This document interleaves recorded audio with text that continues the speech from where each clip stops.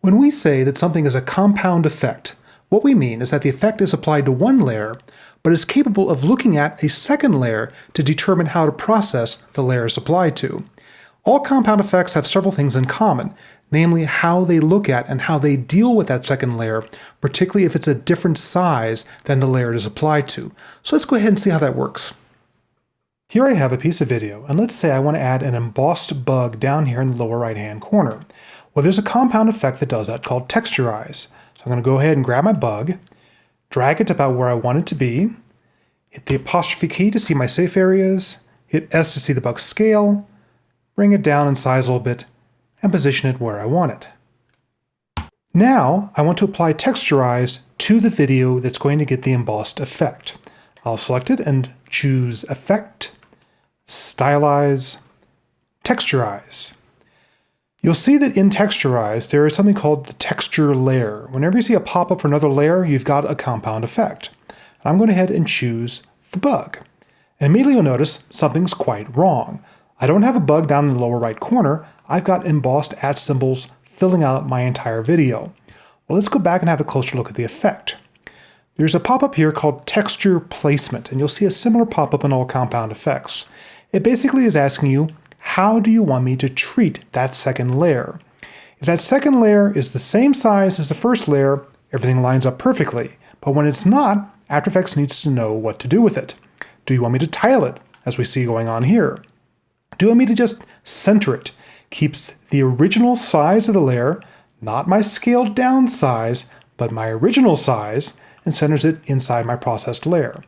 Or do you want me to just take that little layer and stretch the whole thing to fit? None of these are obviously the choice that I want. Typically, you're going to end up with center texture or some version of that. So I'm going to go back to that for now and show you the trick with compound effects. Take that second processing layer, position it, scale it, filter it, animate it, do whatever you need to do, select it, and this is very important, do layer pre-compose. The shortcut is Command-Shift-C on Mac, Control-Shift-C on Windows. When you select pre-compose, give it a name that makes sense, such as bug pre-comp, and say move all attributes into the new composition. You want to remember in that new comp all the position, scale, animation effects that you've done to that layer. And just for fun, I'm going to open up the new composition. Click OK, and you'll see I've got a new comp, the same size as the comp I was just in, with my @ symbol down in this corner. So I'll go back to my first comp.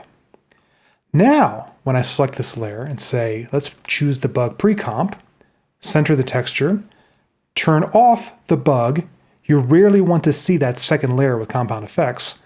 Now you'll see I have a nice embossed bug exactly where I want it to be, down in the corner of my full frame layer.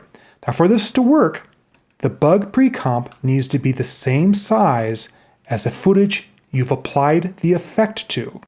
And again, you need to do all of your work in the pre-comp, your sizing, any animation, any effects.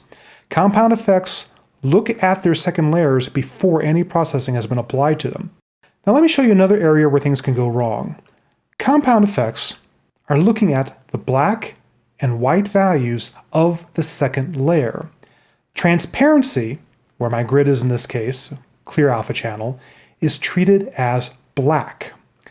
Let's say that my bug was not white, but happened to be black itself.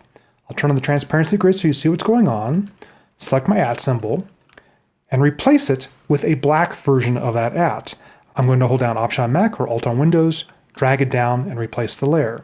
So there's my black bug surrounded by transparency.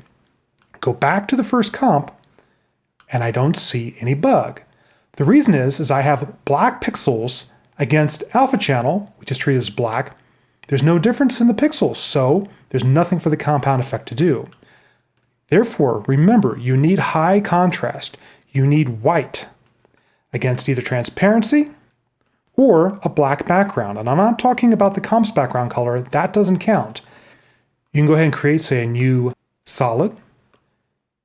Make that solid black in color. Click OK. Click OK. Drag it behind your white layer, and that will work as well.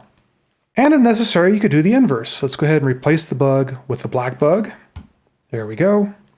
Take my solid, open up its settings, make it white in color. Okay, okay. As long as you have black to white contrast, the compound effect will now know what to do with those pixels. In this case, it's pushed into the layer instead of pushed out of the layer because the colors have been reversed. And that's the main trick for dealing with compound effects. You've got two layers, the layer the effect's applied to, and a second layer used to treat the first layer. The two layers need to be the same size, and the second layer needs to have high black to white contrast or white to alpha channel contrast in order for the effect to see it and treat the first layer.